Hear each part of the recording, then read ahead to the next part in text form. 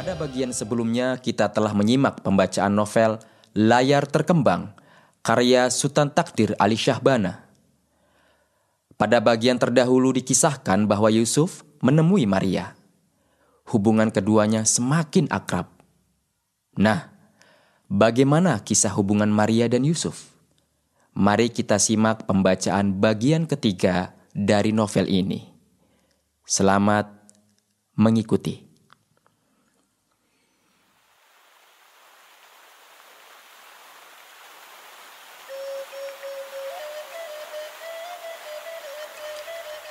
Mereka duduk berdua di atas batu besar yang hitam kehijau-hijauan oleh lumut. Yusuf berjas buka putih dan berdasi sutra yang kemerah-merahan. Di bahunya tersandang tali botol termos yang tergantung pada sisinya sebelah kiri. Dan di tangan kanannya dipegangnya topi helm putih. Maria berbelus putih dan roknya yang pendek tiada berapa jauh melewati lututnya. Biru warnanya. Kakinya hanya dibaluti oleh kaos yang lebih tinggi, sedikit dari mata kakinya. Sedangkan sepatunya ialah sepatu karet putih. Di pangkuannya dipegangnya sebuah bungkusan kecil. Kedua-duanya takjub melihat ke hadapan, kepada air terjun Dago yang gemuruh bersorak terjun dari atas tebing yang rapat ditumbuhi rumpun bambu. Berputar-putar dan berombak-ombak air yang baru jatuh itu terkumpul di bawah. Di dalam jurang dan pada suatu tempat ia mengalir di antara batu-batu yang besar menjadi anak air yang deras. Apabila angin bertiup, maka melayanglah tempias yang halus dan dingin kepada muka kedua anak muda itu.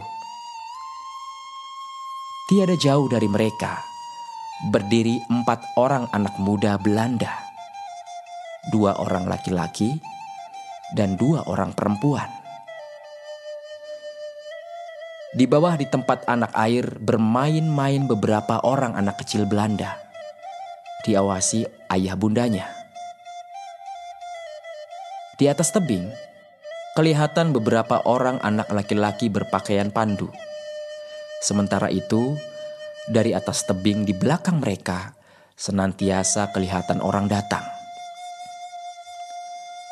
Dalam libur besar serupa itu, tiap-tiap hari air terjun Dago itu ramai dikunjungi orang dari Bandung.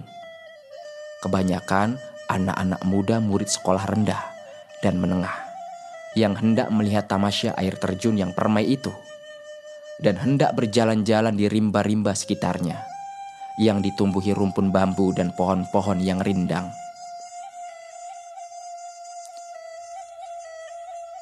"Mengapa engkau diam saja?" tanya Yusuf. Tiba-tiba seraya memalingkan matanya dari air terjun yang memutiara berpancaran di tiup angin, melihat kepada Maria.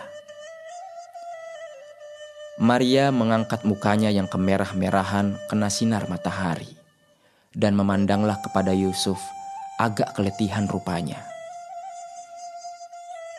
"Saya agak lesu," katanya, hampir-hampir tiada kedengaran, dan suaranya yang halus itu menyerupai suara kanak-kanak yang mencari perlindungan pada bunda. Mendengar jawab Maria itu, segera berubah muka Yusuf. Keningnya berkerut dan cemas menajam matanya, memandang kepada gadis di sisinya itu. "Engkau sakit, Maria?" Suaranya terang menyatakan bahwa ia agak khawatir melihat rupa Maria ketika itu. Tetapi Maria menggelengkan kepalanya dengan senyum antara kelihatan dengan tiada. "Sakit tidak, tetapi saya agak letih. Terlampau kita paksakan tadi berjalan sejauh itu, mendaki sejak dari Bandung. Saya tiada sekali-sekali ingat bahwa badanmu tiada kuat," katanya. dan matanya masih khawatir mengamat-amati gadis yang ramping itu. Saya dari dahulu benar kurang dapat menahan letih. Kalau saya sudah berlari cepat-cepat, misalnya waktu main bola keranjang di sekolah, kadang-kadang berbintang-bintang pemandangan saya dan napas agak sesak. Iya, perawakan badanmu benar bukan perawakan orang yang kuat.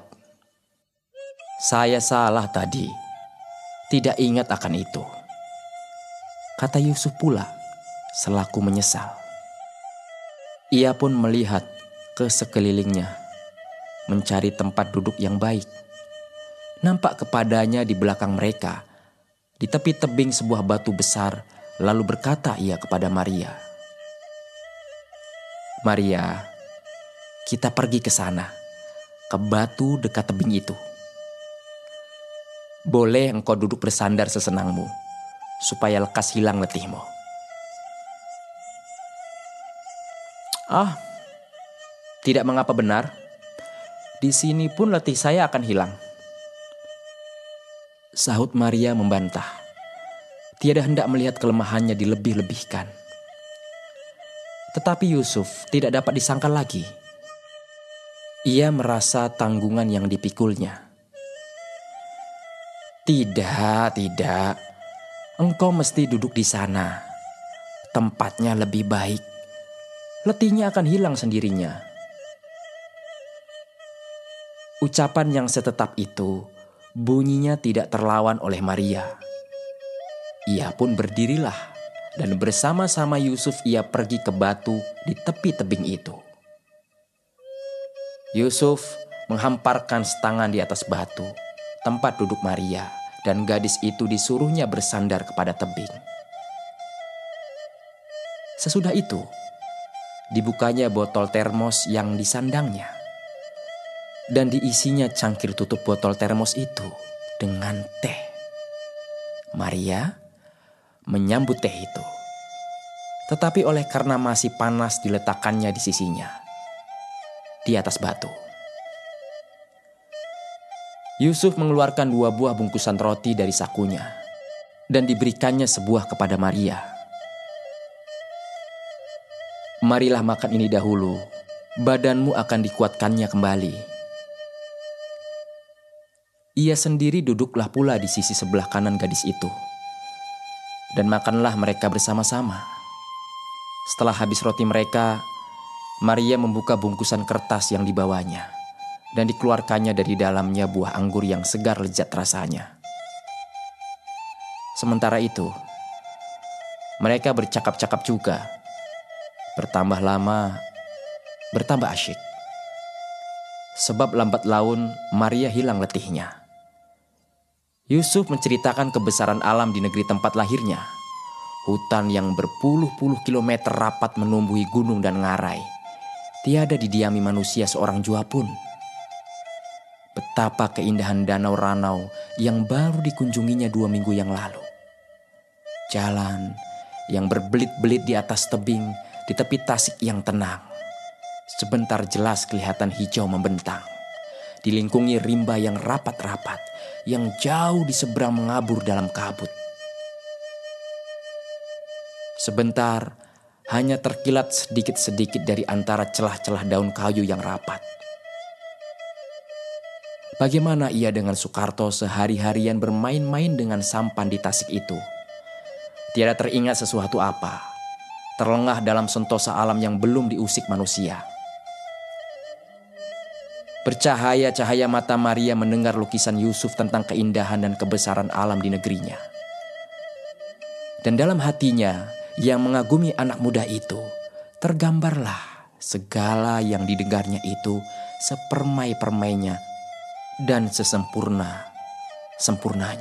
Alam yang kita lihat di sini sekarang ini tidak sedikit jua pun dapat dibandingkan dengan alam yang sebenar-benarnya. Di mana-mana kelihatan bekas tangan manusia. Pohon-pohon tiada tumbuh menurut tenaga tumbuhnya sendiri lagi. Sekaliannya telah diatur oleh manusia. Tetapi oleh itu pula lebih enak berjalan-jalan di sini. Coba misalnya jalan-jalan ini tiada dibuat orang. Kalau di sini sekaliannya masih belukar dan semak yang rapat, siapakah yang hendak datang kemari? Kata Maria, perlahan-lahan melepaskan dirinya dari pesona lukisan Yusuf tentang hutan rimba di negerinya itu. Bagi saya, tempat ini sudah cukup indahnya. Alangkah senangnya kalau saya tiap-tiap minggu misalnya dapat berjalan-jalan di sini. Saya tidak sekali-kali mengatakan bahwa tempat ini tidak indah. Apabila bagi orang yang selalu hidupnya di kota yang besar, tempat ini sesungguhnya telah cukuplah memuaskan hasrat hatinya akan alam. Tetapi, bagi orang yang telah biasa melihat alam yang lebih dahsyat dan lebat dari ini, Dago ini seperti tiru-tiruan saja. Cobalah pikirkan, apakah sebenarnya air terjun yang tak sampai 20 meter tingginya? Ya. Tetapi marilah kita berjalan-jalan. Apa kerja kita duduk di sini lama-lama? Kata Maria kepada Yusuf membelokkan percakapan. Berjalan-jalan. Sudah kuatkah engkau? Maria menyentak berdiri. Seolah-olah perkataan Yusuf yang tiada percaya bunyinya itu hendak disangkalnya dengan bukti yang nyata. Seraya tersenyum dan melihat dengan lucu kepada bujang itu. Katanya, saya hendak bersih cepat berlari dengan engkau naik ke atas tebing. Yusuf tertawa. Engkau berani bersih cepat dengan saya? Saya takut nanti saya harus menggendong orang pulang ke rumah. Iya, saya tahu engkau takut itu sebab engkau tidak akan kuat menggendong saya. Jawab Maria dengan tertawa mengusik Yusuf. Mukanya yang merah kena panas, lebih memerah lagi mengisafkan arti perkataan yang terlompat dari mulutnya. Dengan tiada diketahuinya itu. Dan kemalu-maluan dibuangkannya mukanya ke tempat lain. Kalau tidak letih, Maria rupanya lucu benar. Ujar Yusuf dengan tenang. Seraya mengamat-amati pekerti Maria yang telah riang kembali itu. Tetapi baiklah kita naik ke atas berjalan-jalan. Ia pun berdiri pula lah. Diambilnya setangan alas Maria duduk. Dikiraikannya beberapa kali. Lalu dimasukkannya ke dalam sakunya. Maria mengambil lebih buah anggur yang terletak di atas batu dengan tangannya. Dengan tangan kirinya, dipegangnya tangan Yusuf dan ditariknya berjalan naik tebing yang curam itu. Tiba di tempat yang datar, dekat rumpun bambu yang lebat. Mereka melihat ke jurang ke arah air terjun yang gemuruh berderau, jatuh ke bawah. Lantang kelihatan lembah yang kecil, tempat air mancur berderai menerjunkan dirinya. Serta anak air yang deras mengalir di antara batu-batu. Kecil nampaknya orang yang berjalan-jalan di bawah, di anak air.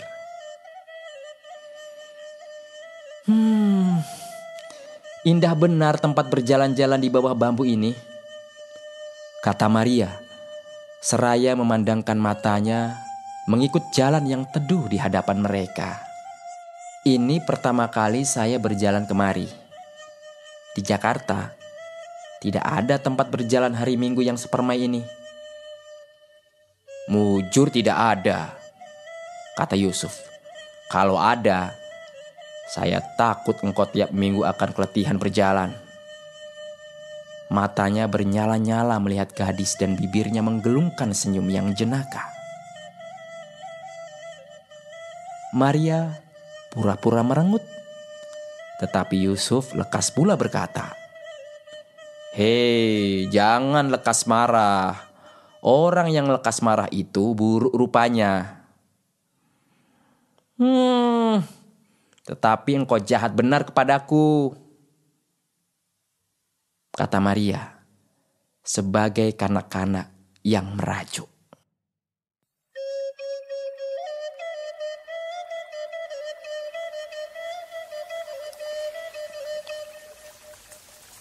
Sementara itu, mereka telah berjalan melangkah perlahan-lahan di jalan yang rindang dilindungi oleh daun bambu yang rapat. Bertambah lama, bertambah jauh mereka dari lembah air terjun.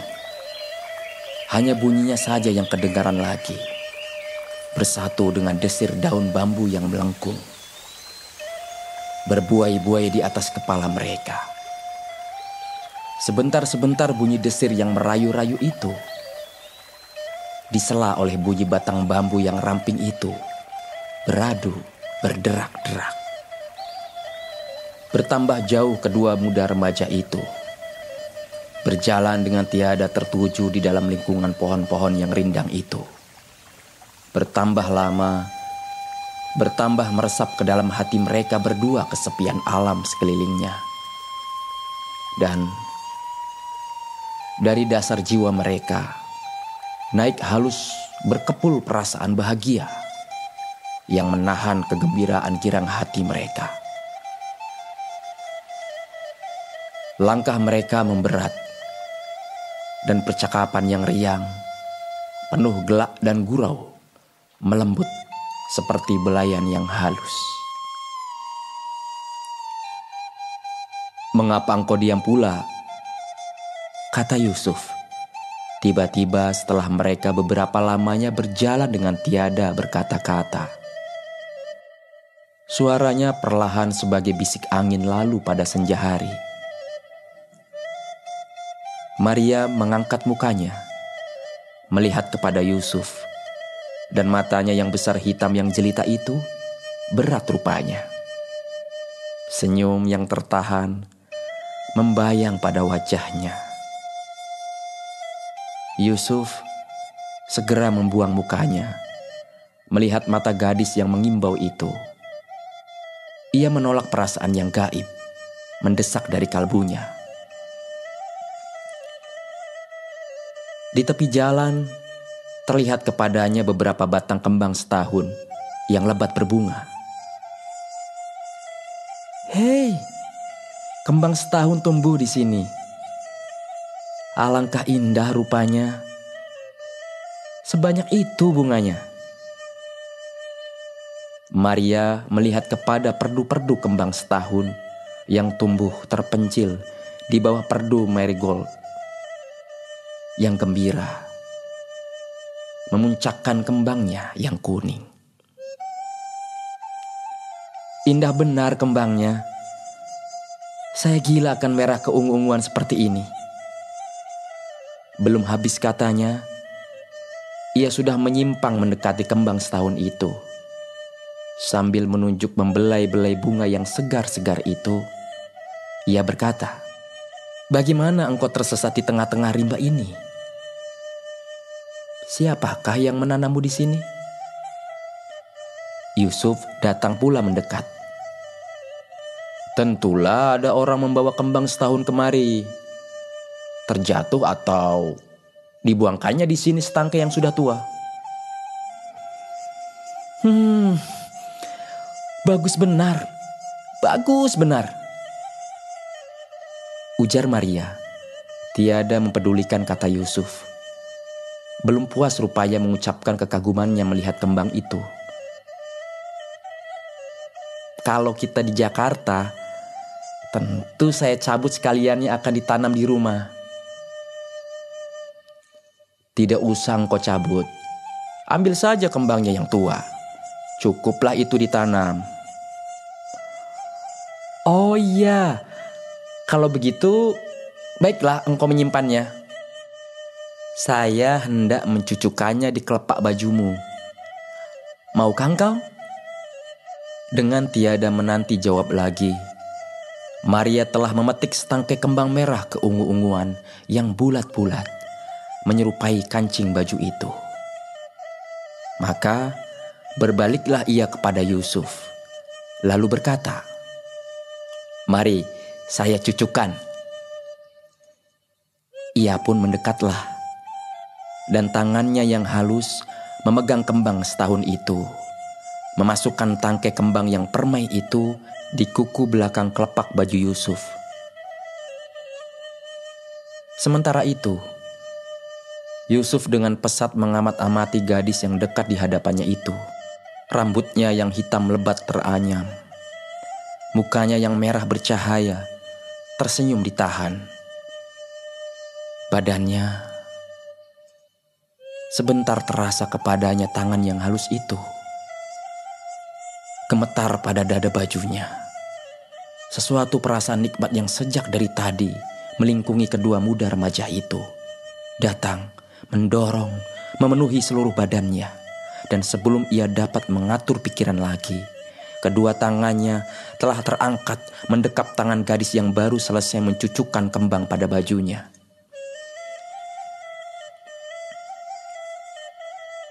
Dari mulutnya keluarlah ucapan, agak gemetar, tetapi nyata menyuarakan kepastian seseorang yang yakin akan kemenangannya.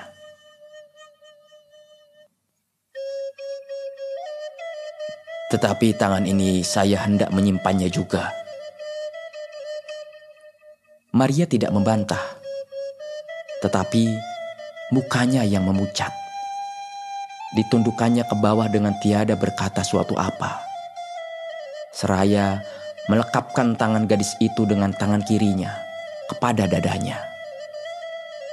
Mesra, seperti tiada hendak dilepaskannya lagi.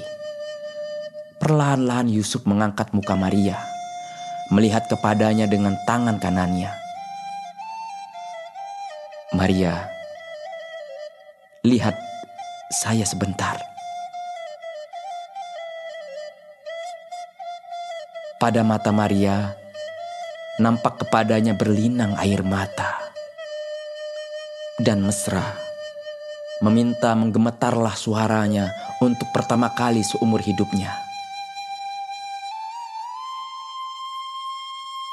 "Maria, Maria, tahukah engkau saya cinta kepadamu?" Badan Maria melemah jatuh ke tangan Yusuf, dan seraya menengadah dengan pandangan penyerahan. Keluar dari mulutnya bisik lesu hampir-hampir tiada kedengaran. "Lama benar engkau menyuruh saya menanti. Katamu." Tak dapat lagi ia meneruskan ucapannya, sebab Yusuf menunduk, menutupkan bibirnya ke atas bibir Maria. Dan dalam curahan cinta pertama yang menggemetarkan badan mereka yang muda remaja itu, menjauh, mengaburlah keinsafan akan tempat dan waktu. Sama-sama mereka berjalan, mesra berpegangan di antara pohon-pohon bambu yang sayu berdesir-desir ditiup angin. Hampir tak ada perkataan yang mereka ucapkan. Tiba di tepi air yang deras mengalir, mereka menyeberang jembatan bambu yang panjang, seperti dua orang kanak-kanak yang karib berkawan. Yang seorang lebih besar dan tangkas dari yang lain. Yusuf memimpin Maria menyeberangi jembatan yang berbuai-buai di atas air yang deras mengalir.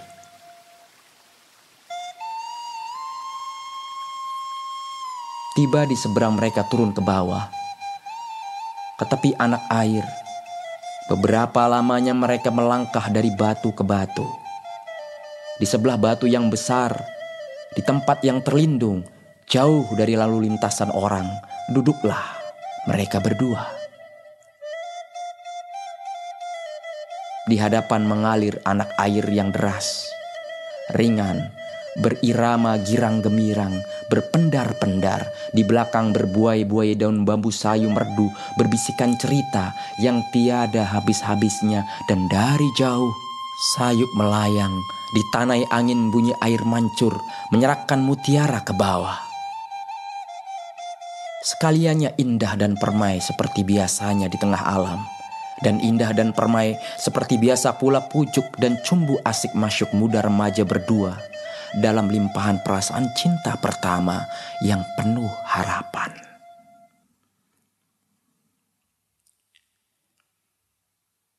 Maria telah menceritakan kepada Tuti bahwa ia telah berjanji kepada Yusuf akan menjadi istrinya di kemudian hari. Kepada Tuti dan Rukamah, nyata benar kelihatan perubahan pekerti Maria dalam waktu yang akhir ini.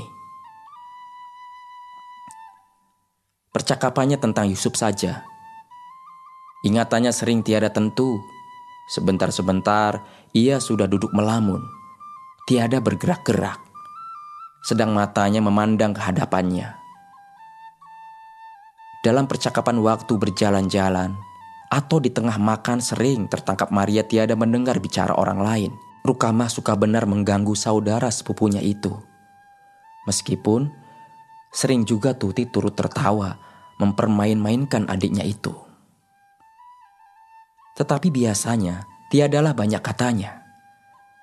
Baginya Maria dalam keadaan mabuk asmara itu menjadi suatu soal yang sangat menarik hatinya dan hendak dipelajarinya. Payah ia memikirkan betapa mungkin seganjil itu pekerti adiknya itu sejak ia bercinta-cintaan dengan Yusuf. Diusahakannya menyusun Maria dalam susunan pikirannya yang nyata tentang perhubungan antara laki dan perempuan dalam masyarakat dan dalam perkawinan. Hatinya tidak senang sedikit jua pun. Kalau demikian, mungkin mabuknya perempuan dibuat oleh laki-laki, sehingga tiada ada yang lain lagi yang teringat dan terpikir kepadanya. Maka telah selayaknya benarlah perempuan menjadi hamba sahaya laki-laki. Perempuan hendak takluk, hendak bergantung kepada laki-laki. Itulah sebabnya, maka ia menjadi takluk, menjadi bergantung kepada laki-laki. Itulah sebabnya, maka laki-laki dapat berbuat sekendak hatinya atas perempuan. Kalau perempuan hendak mendapat kebebasan dirinya kembali, kalau perempuan hendak berdiri sederajat dan sejajar dengan laki-laki, maka haruslah ia menguatkan dirinya dan menyatakan bahwa ia cakap berdiri sendiri. Tiada usah akan bantuan. Perempuan baru yang insyaf hanya hendak menghadapi laki-laki apabila ia dalam segala hal mendapat penghargaan yang sama. Tiada ia hendak menengadah melihat kepada laki-laki. Dan dalam perkawinan bukan perlindungan yang dicaharinya, tetapi penghargaan akan kecakapannya sebagai manusia yang bebas dan cakap. Pada suatu malam, sesudah makan, gadis bertiga itu berkumpul di kamar tempat tidur mereka. Tuti duduk di meja membaca buku. Di sisinya duduk Rukamah menjahit. Maria berguling di tepi tempat tidur, sedang membaca sebuah roman. Di luar, sejak dari petang tadi, tidak berhenti-hentinya turun hujan. Beberapa lamanya Maria duduk melamun di beranda, menantikan kekasihnya yang tiada juga kunjung-kunjung datang. Tiadalah terkata-kata kecewa hatinya. Sesudah makan, tiadalah ia bertenaga lagi, dan dilenyapkannya lah harapannya akan bersua dengan kekasihnya itu. Sebab itu diambilnya sebuah roman akan melengah-lengahkan hatinya. Tetapi dari yang dibacanya itu, tak banyak yang masuk ke dalam pikirannya. Sebentar-sebentar terhenti ia membaca, dan mengaburlah huruf-huruf di hadapan matanya. Dan yang kelihatan kepadanya hanyalah Yusuf kekasihnya itu. Terang terbayang di matanya perjalanan mereka pergi ke Dago 3 hari yang lalu. Sekaliannya masih nampak kepadanya air mancur yang gemuruh terjun ke dalam jurang, jalan yang lindap, dilingkungi daun bambu yang berdesir-desir. Masih terdengar kepadanya suara Yusuf menyatakan cinta kepadanya. Dan dicobanya mengingatkan perasaan nikmat ketika bibirnya merasakan panas bibir kekasihnya. Betapa badan remajanya gemetar melesu dan mengabur ingatan kepada dunia. Rukama telah lama memperhatikan cara Maria membaca itu. Geli hatinya melihat ia tiada beralih-alih dari halaman yang dihadapnya. Beberapa kali telah dicuilnya Tuti memperhatikan Maria yang melamun menghadapi buku. Tetapi Tuti sedang asik membaca dan tiadalah ia hendak peduli. Ingin benar hati Rukama hendak mengganggu saudara sepupunya itu, tetapi ia tiada tahu bagaimana jalannya. Rukamah dipanggil ibunya dari kamar. Di hadapan kamar mereka bertiga. Bergegas-gegas ia berdiri dan pergi keluar, mendapatkan bundanya. Perempuan tua itu hanya minta tolong carikan sebuah jarum penjahit. Ketika ia hendak masuk ke kamarnya, kembali kedengaran kepadanya di luar bunyi kereta berhenti. Dan ia pun melihat dari pintu kaca ke jalan besar. Tampak kepadanya kereta itu berhenti di muka rumahnya. Beberapa lamanya antaranya turun seorang laki-laki. Tetangga mereka di hadapan. Ketika itu tiba-tiba teringat kepadanya akan mengganggu Maria. Lekas diputarnya kenop lampu listrik dan bergesa-gesa ia masuk ke dalam. Lalu berkata dengan suara yang sungguh-sungguh, "Maria, Maria, itu dia datang." Maria yang tiada menyangka suatu apa jua pun menggelompar dari tempat tidur dan dalam sekejap ia sudah keluar kamar menuju ke depan. Sementara itu, Rukamah masuk ke dalam kamar, pergi ke tempat penjahitannya. Tetapi belum sampai lagi ia di tempat duduknya, meletus dari mulutnya bahak yang tiada dapat ditahannya lagi. Dan ia membungkuk-bungkuk memicit perutnya. Lemas seluruh badannya oleh geli hatinya melihat Maria tertipu itu. Tuti mengangkat mukanya dari bukunya. Heran melihat laku Rukamah. Beberapa kali ia bertanya, apa yang ditertawakannya? Tetapi gadis yang tertawa terpingkal-pingkal itu belum dapat juga menjawab. Tetapi segera mengerti juga Tuti bahwa yang ditertawakan oleh Rukamah yang suka mengganggu itu tak lain ialah Maria. Dan ia pun turut pula tertawa. Geli mengingatkan bagaimana cepatnya Maria melompat dari tempat tidur, pergi bergesa-gesa keluar. Tak berapa lama antaranya kembalilah Maria ke dalam kamar. Mukanya pucat merengut. Dengan suara yang gemetar oleh amarah yang ditahan-tahan, berkatalah ia kepada Rukamah, "Engkau jahat benar Rukamah, menipu saya serupa itu." Lebih banyak tak dapat dikatakannya. Dibantingkannya badannya di tempat tidur, seraya menangis terseduh-seduh. Melihat akibat kejenakaannya yang tiada sekali-kali disangka-sangka akan sehebat itu, hilanglah nafsu Rukamah akan tertawa. Sedih dan iba hatinya melihat saudara sepupunya itu, dan menyesalah ia akan perbuatannya. Lalu didekatinya Maria dan dibelai-belainya rambutnya seraya berkata, "Jangan marah Maria, tidak sekali-kali maksud saya menyakitkan hatimu. Saya terlanjur dan kurang pikir tadi. Diamlah, tidak lagi saya akan mengganggu serupa itu." "Engkau selalu mengganggu saya. Engkau tidak tahu bagaimana perasaan saya," ujar Maria terseduh-seduh. "Tidak, tidak. Saya tidak akan mengganggumu lagi. Saya menyesal benar akan perbuatan saya tadi. Maafkanlah saya, Maria, kata Rukama, tak dapat memilih perkataan untuk menyatakan sedih dan sesal hatinya atas perbuatannya itu. Sementara itu tangannya terus juga membelai-belai rambut Maria.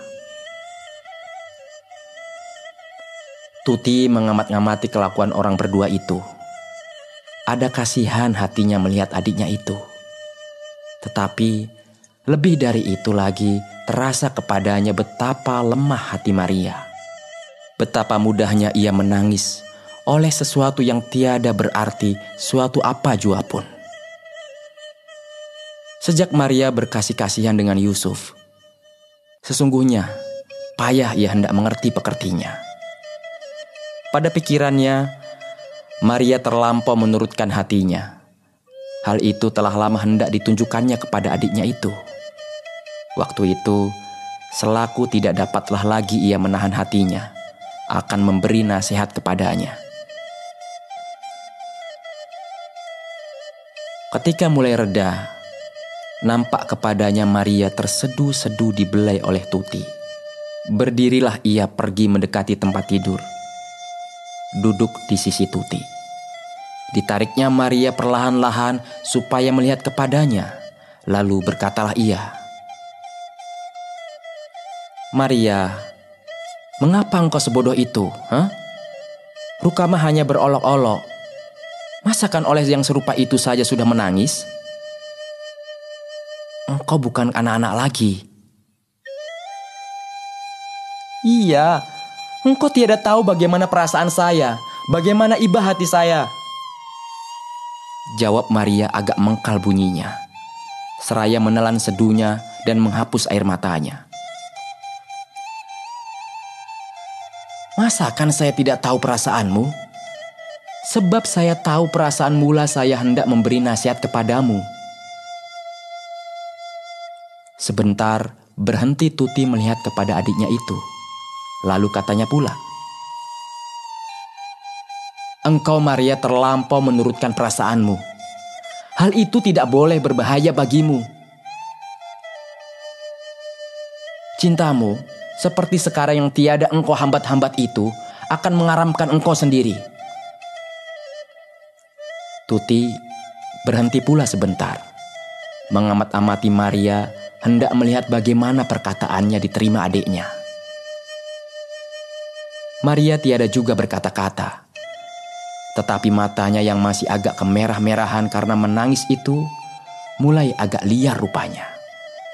Seolah-olah perasaan iba yang memenuhi hatinya melenyap didesak oleh perasaan amarah mendengar nasihat yang tiada pada waktu yang baik datangnya itu.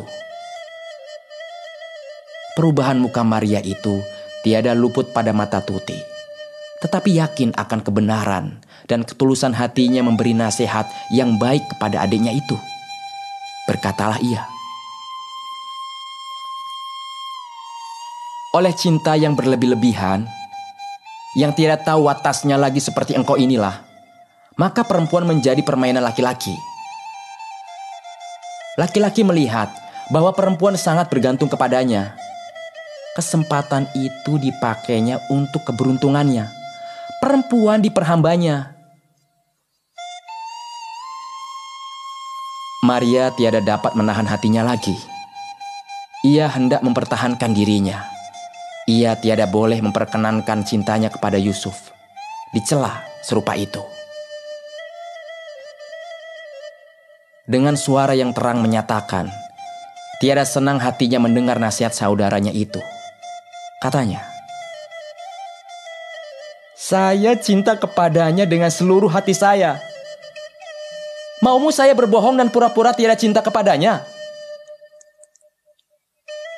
Tuti berbuat seolah-olah ia tidak tahu bahwa saudaranya amarah mendengar nasihatnya.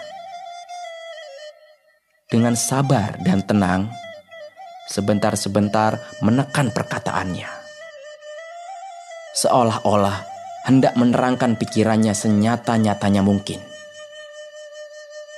Berkatalah ia,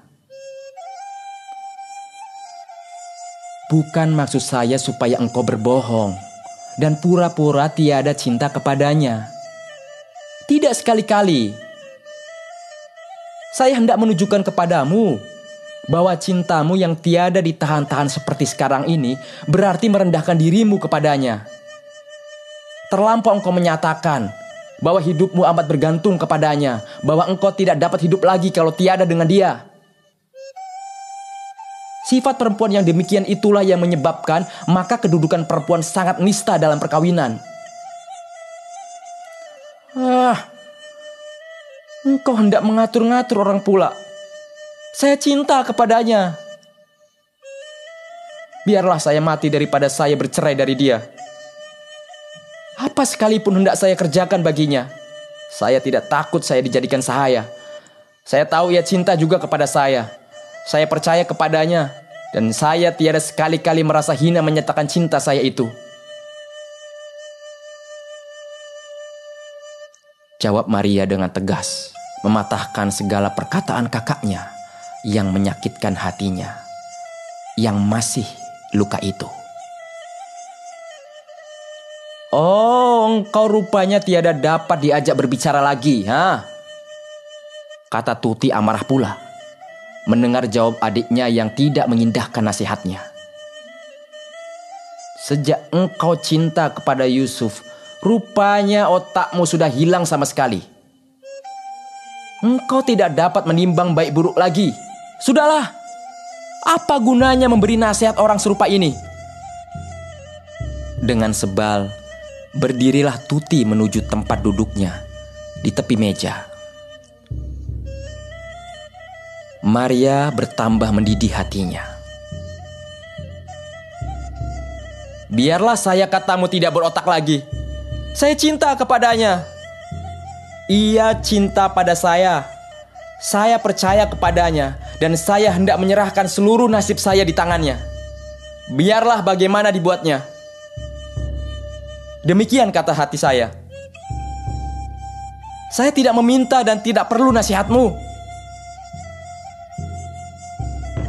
Sejurus ia berhenti melihat kepada Tuti yang berdiri meninggalkannya di tempat tidur itu.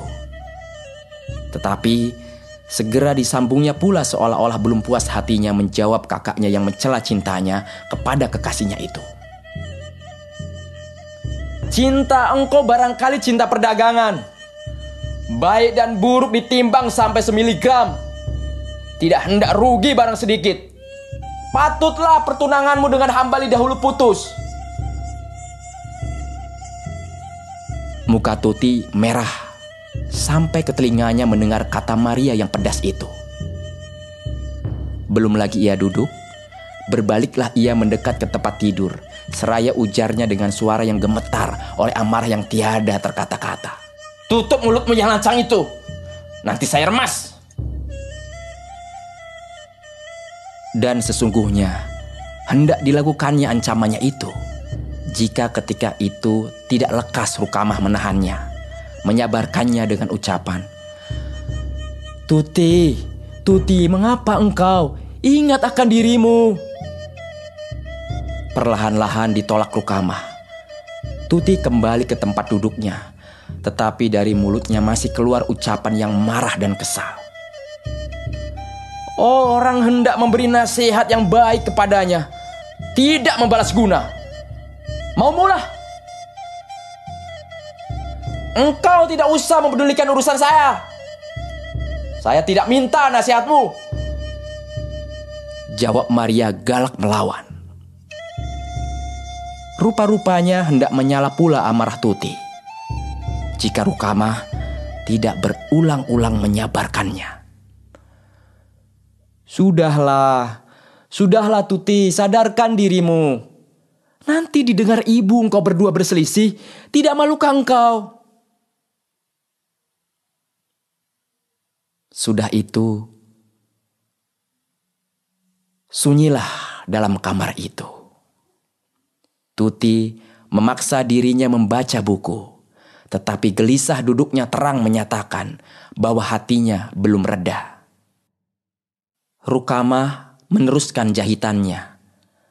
Tiada putus-putusnya menyesal akan olok-oloknya yang sehebat itu akibatnya. Dan di tempat tidur diam telentang Maria dengan hati yang iba, bercampur sebal dan amarah.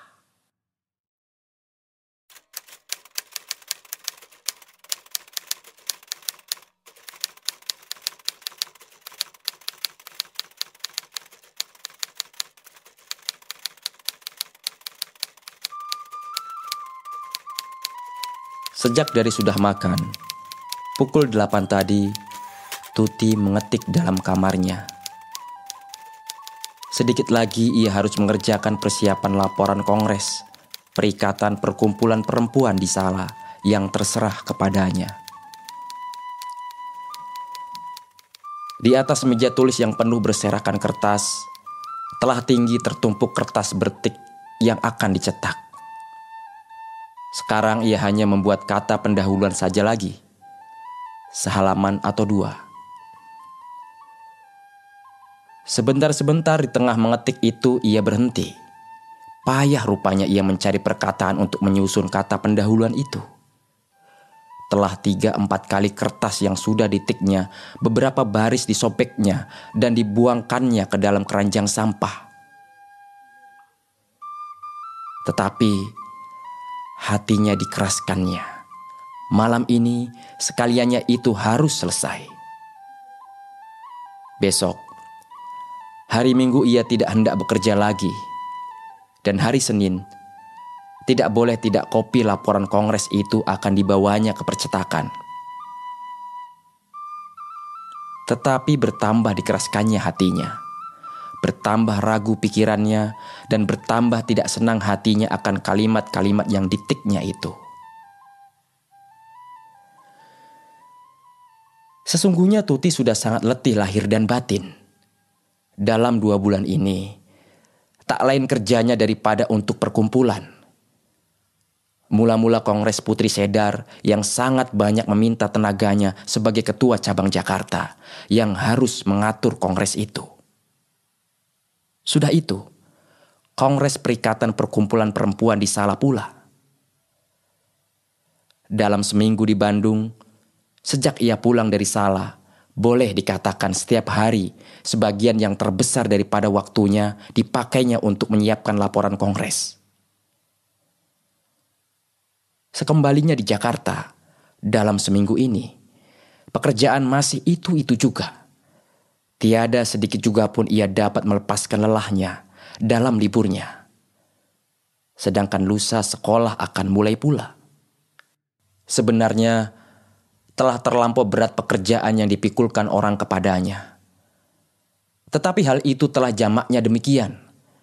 Sebab pergerakan perempuan kekurangan orang yang cakap serta hendak bekerja dan berkorban. Dan Tuti sendiri, meskipun ia tahu bahwa pekerjaan yang diserahkan kepadanya itu sangat berat, ia tidak sampai hati menolaknya.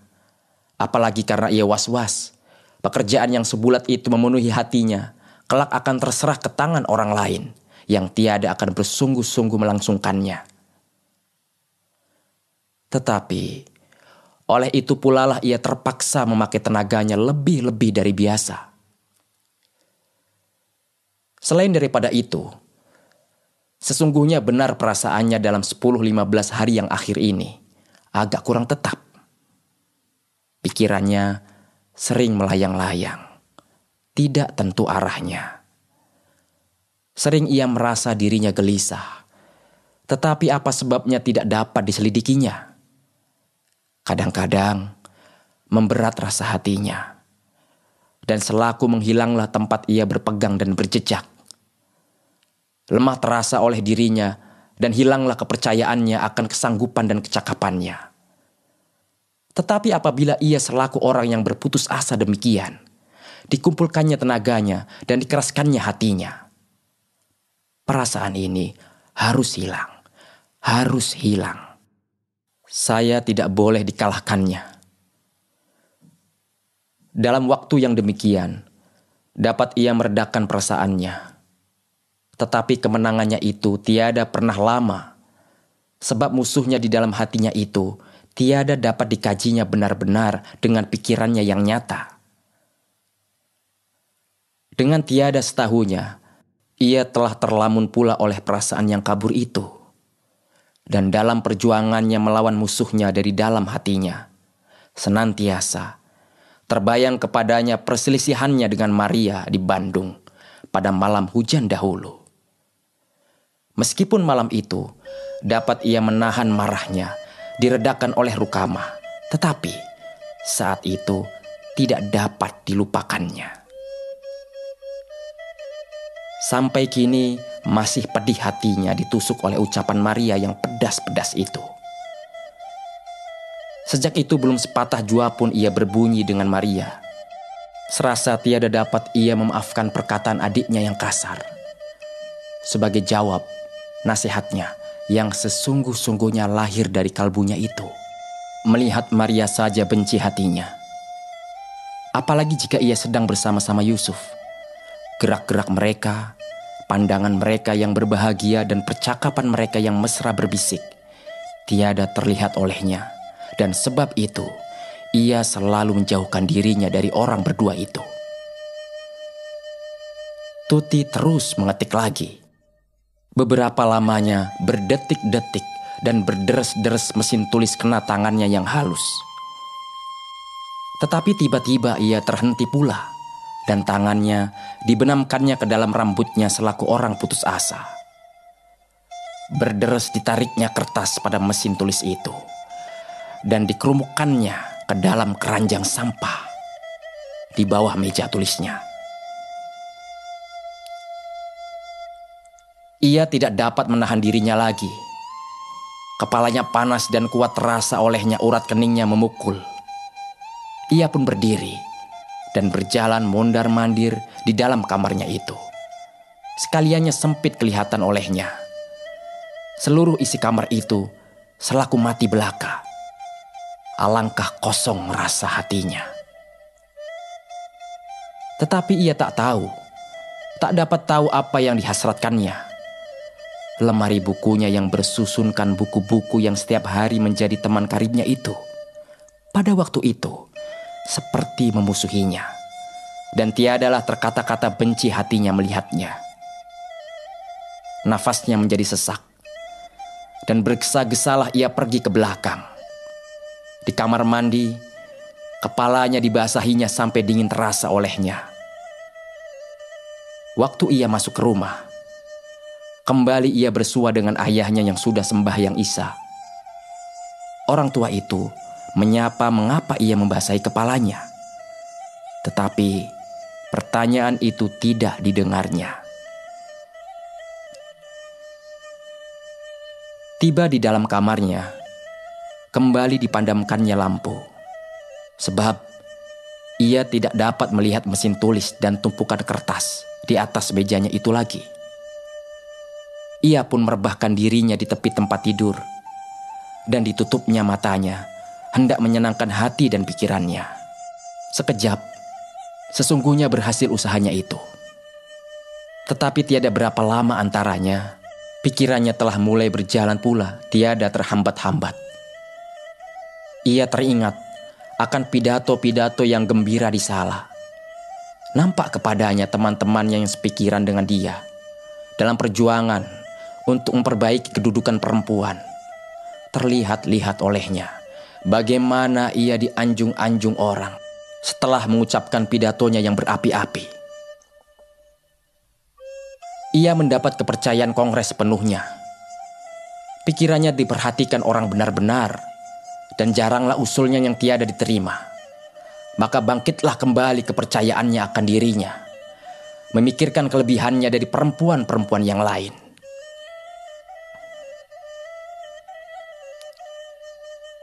Di tengah-tengah mengawang dalam pelamunan tentang kecakapannya dan kelebihannya dari perempuan-perempuan lain itu, pedih rasanya tiba-tiba menyambuk ingatannya akan perselisihannya dengan Maria.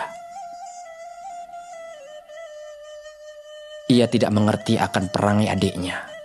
Heran ia bahwa sampai demikian perempuan dapat tertambat akan laki-laki. Maria bukan Maria lagi. Ia telah menjadi bayang-bayang Yusuf. Tidak, ia tidak akan menghambakan dirinya kepada laki-laki serupa itu. Percintaan harus berdasar atas dasar yang nyata, sama-sama menghargai. Perempuan tidak harus mengikat hati laki-laki oleh karena penyerahannya yang tiada bertimbang dan bertangguh lagi. Perempuan tiada boleh memudahkan dirinya.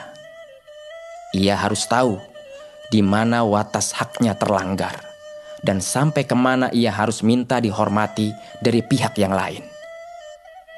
Kalau tidak demikian, perempuan senantiasa akan menjadi permainan laki-laki.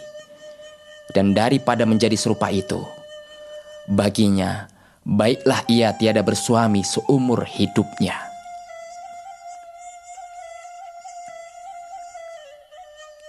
Belum lagi ia menjadi istri Hambali dahulu. Ia sudah hendak mengatur hidupnya.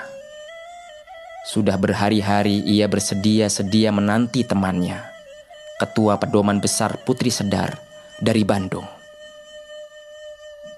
Pada malam kedatangan teman separtainya itu benar, Hambali mengajak ia berjalan-jalan ke Serang, bersua dengan orang tuanya. Tentu permintaan itu ditolaknya. Ia harus menyambut temannya itu dahulu. Permusyawaratan perkumpulannya lebih penting dari itu dan harus diselesaikan dahulu. Hambali berkecil hati, mengumpatnya, mengatakan ia lebih memerlukan temannya daripada dia dan orang tuanya. Dijawabnya dengan tenang bahwa yang perlu harus diperlukan. Dikatakannya bahwa ia tidak dapat hidup terlepas dari cita-citanya, bahwa teman-teman karibnya dalam partainya lebih dari saudara terasa kepadanya. Itu perselisihan yang pertama. Hambali tidak pernah senang, apalagi ia datang ke Jakarta. Katanya, Tuti sedikit benar memedulikannya. Ia selalu saja bekerja untuk perkumpulannya. Perhubungan mereka tiada sedikit juga pun seperti perhubungan orang bertunangan. Sesungguhnya Tuti bukan orang yang suka membuang-buang waktu dan percakapan tentang hari baik, baju indah, harapan naik gaji di golongan BB, dan sebagainya. Yang didengarnya dari Hambali tidak sekali-kali menarik hatinya. Dan kalau dicobanya hendak bercakap tentang yang agak sungguh-sungguh sedikit, kelihatan kepadanya Hambali kurang memperhatikan perkataannya. Demikianlah ketika Hambali pada suatu hari berkecil hati dan memarahinya, sebab suratnya terlampau lambat dibalas. Ia berkata dengan terus terang bahwa ia banyak pekerjaan yang lain yang lebih penting. Itu asal mulanya putusnya pertunangan mereka. Dalam mengingatkan perhubungan dengan Hambali itu, perlahan-lahan hatinya agak tenang.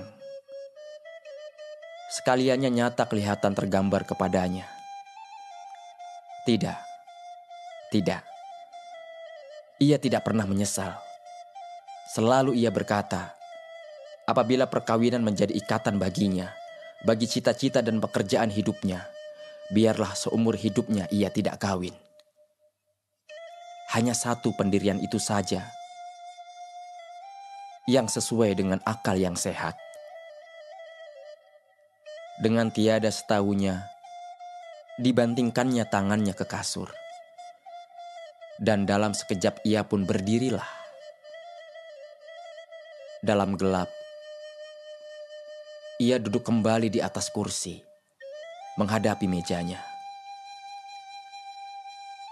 Beberapa lamanya ia duduk tiada bergerak-gerak. Tiada tentu apa yang hendak dikerjakannya. Maka dari jendela matanya melayang keluar kepada pohon mangga yang besar, yang berat dan lebar, mengembangkan daunnya yang rimbun. Di sana sini nampak kepadanya sinar bulan jatuh dari antara sela-sela daun yang rapat-rapat. Terang putih rupanya di antara bayang-bayang daun yang hitam. Tuti teringat bahwa malam itu bulan terang. Dengan tiada setahunya tangannya mencapai kepada kain jendela di hadapannya, akan menguakkannya.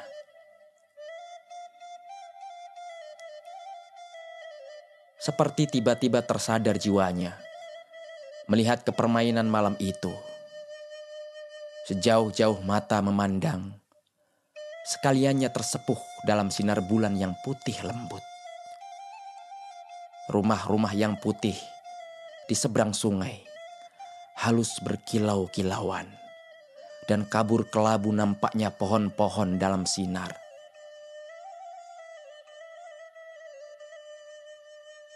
Di atas kaliannya melengkung langit biru dalam, penuh bertaburan bintang. Hanya di sana-sini terhampar awan sutra putih, terhenti, tiada bergerak-gerak, seperti perca-perca, sisa jahitan baju berokat sutra.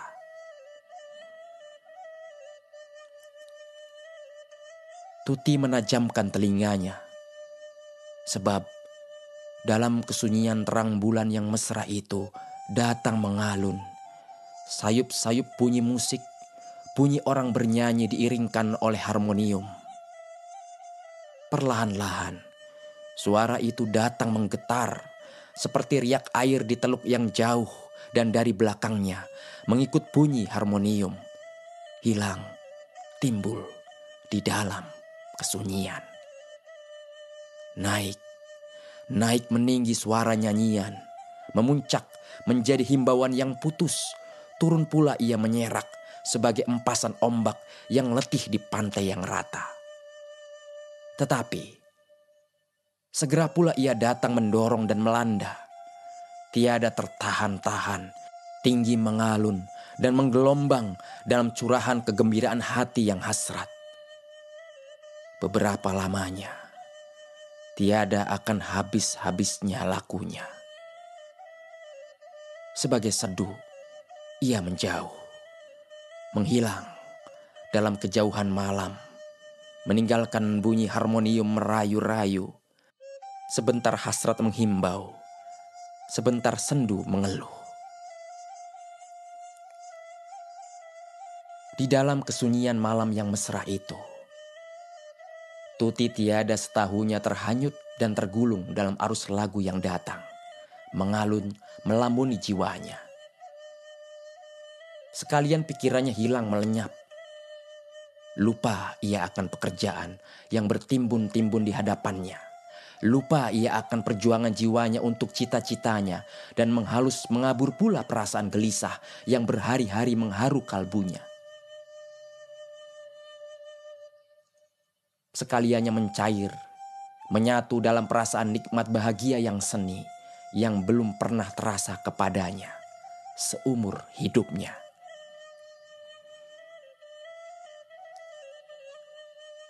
Dan ketika bunyi harmonium yang sayup-sayup jauh mengalun dalam malam yang sepi itu, sebentar meratap, sebentar mencurahkan bahagia yang mesra, hilang, melenyap seperti buih riak merata di pantai. Ketika itu, ia sebagai terempas ke bumi dari perawangan yang tinggi. Terkejut ia, terjejak kembali kakinya di tanah yang nyata, dan di dasar jiwanya menghampa ingatan akan perasaan yang nikmat yang menghanyutkannya beberapa lamanya itu.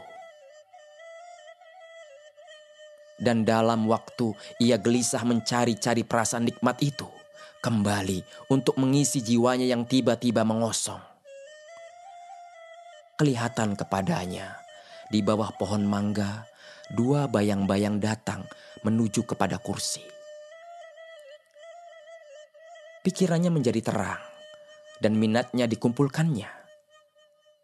Sekejap pun ia tidak sangsi lagi Yusuf dengan Maria. Dan segera tersusunlah dalam pikirannya, tentulah mereka baru kembali dari berjalan-jalan di bulan terang.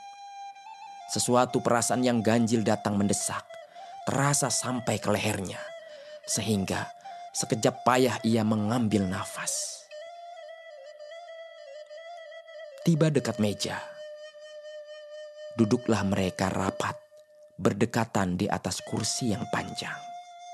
Sama-sama memandang ke seberang sungai.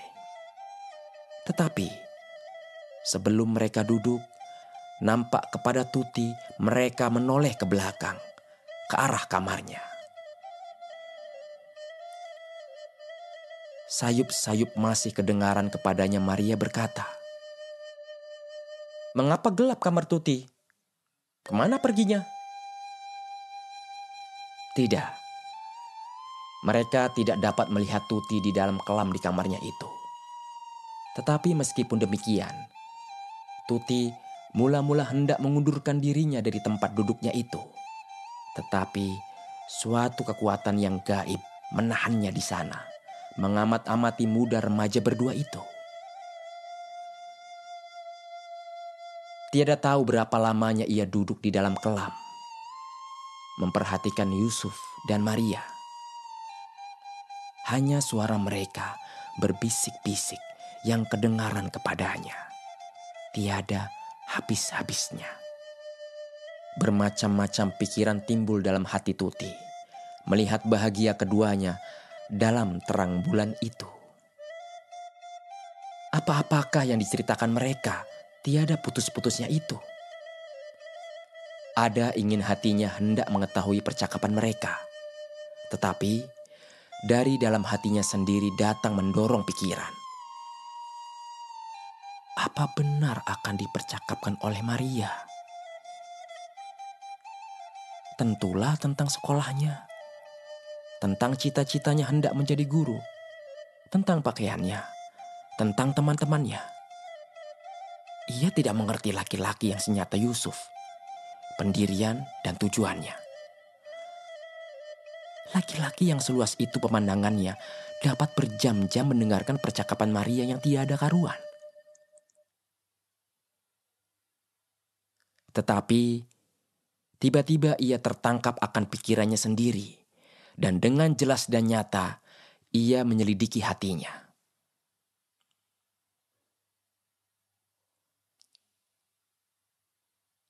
Irikah ia akan adiknya itu?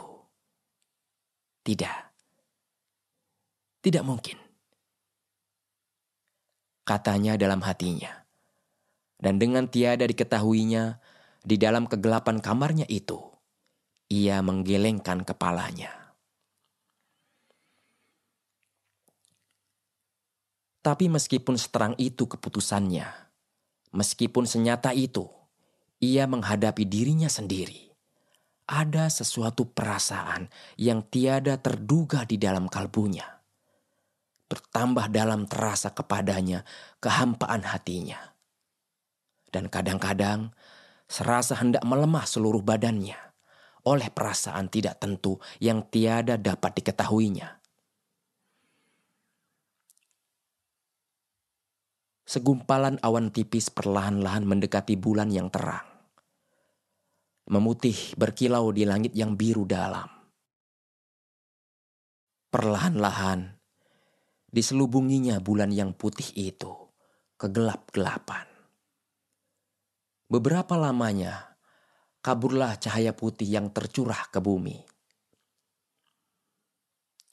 Melihat cahaya melindap itu, Tuti memandangkan matanya ke langit, mencoba mencari bulan yang berselubungkan awan tipis. Tetapi ketika ia melihat kehadapannya kembali kepada Yusuf dan Maria, yang mengabur di atas kursi di bawah pohon mangga yang rimbun itu. Ketika itu, nampaklah kepadanya kedua bayang manusia itu mesra merapat dan dua muka bertemu menyatu. Tuti memejamkan matanya. Tetapi tiba-tiba badannya gemetar dan ia lemah menyandarkan dirinya kepada kursinya. Dilanda sesuatu perasaan yang maha kuat yang belum pernah dikenalinya. Tidak, ia tidak dapat melihat lagi. Dan cepat berdirilah ia menuju ke tempat tidurnya. Badannya dijatuhkannya di kasur. Tiada peduli di mana terjatuh. Dan terlentang melintang terbaringlah ia di tempat tidurnya. memandang ke atas langit-langit. Tetapi hanya satu yang kelihatan kepadanya. Gambar kedua muka itu bertemu. Beberapa lamanya ia tiada kuasa mengatur pikirannya. Tetapi tiba-tiba dapat pula ia mengeraskan hatinya. Tidak. Ia tidak iri kepada adiknya. Ia tidak akan hendak menghambakan dirinya kepada laki-laki serupa Maria. Biar seumur hidupnya ia hidup seorang diri. Ia mesti tinggal perempuan yang bebas. Yang dalam segala hal akan memakai otaknya yang sehat. Baginya, tak ada yang mengatasi cita-citanya dan pekerjaan hidupnya. Tetapi dalam ia melawan perasaan yang menggelombang di dalam jiwanya, yang hasrat tak tentu yang dihasratkan itu, selaku terdengar di telinganya suara Maria pedas.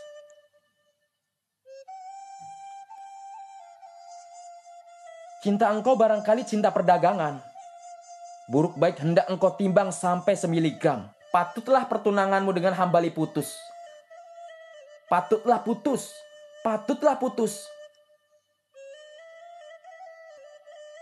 Sebagai cambuk perkataan itu berdengung-dengung di telinganya.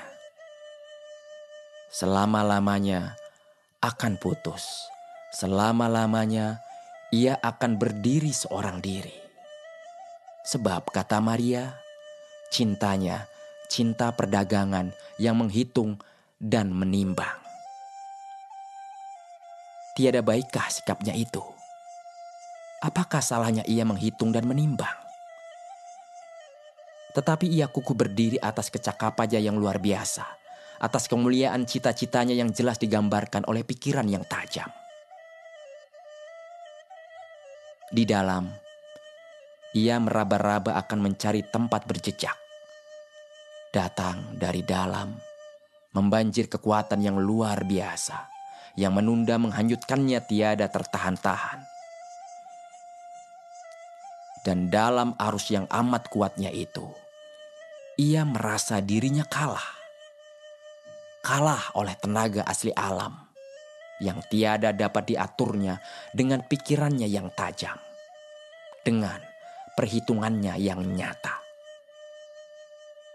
Dan dalam kekalahannya itu, terdengarlah kepadanya ucapan Maria yang percaya dan menyerah itu, dalam arti yang lain, lebih tinggi, tiada pernah terinsafkan kepadanya.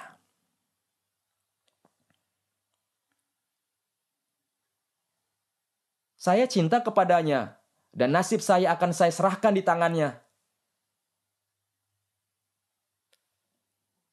Di dalam penyerahannya yang lemah bunyinya itu, terasa kepadanya terkandung suara alam yang dahsyat, yang tiada berbanding dengan tenaganya yang lemah. Dan dalam gelap di kamarnya itu, dengan tiada diketahuinya, tangannya menghapus air mata yang panas mengalir pada pipinya.